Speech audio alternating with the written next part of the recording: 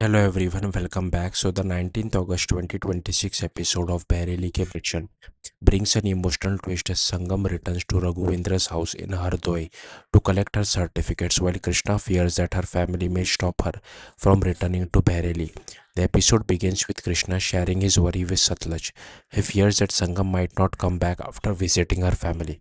Satlaj reassures him that if Sangam truly loves him, she will return. Krishna clarifies that his real concern is not Sangam but her family.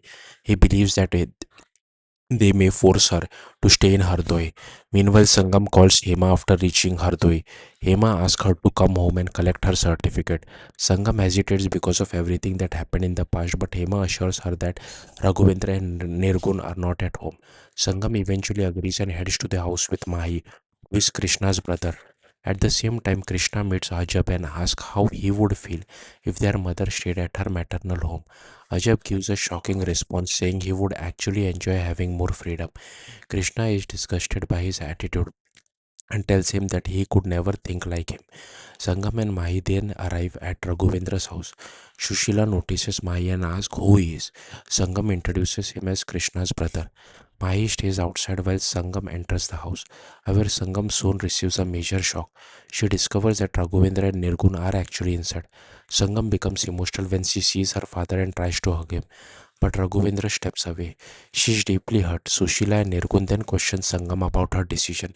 They accuse her of damaging family's reputation and ask why she chose Krishna, a driver instead of Vicky.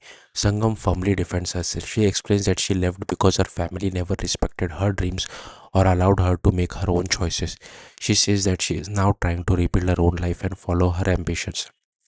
Unexpectedly, Sushila tells Sangam that she can stay in Hardoi instead of returning to Bareilly. Sangam becomes hopeful and asks Raghavendra to support her dreams.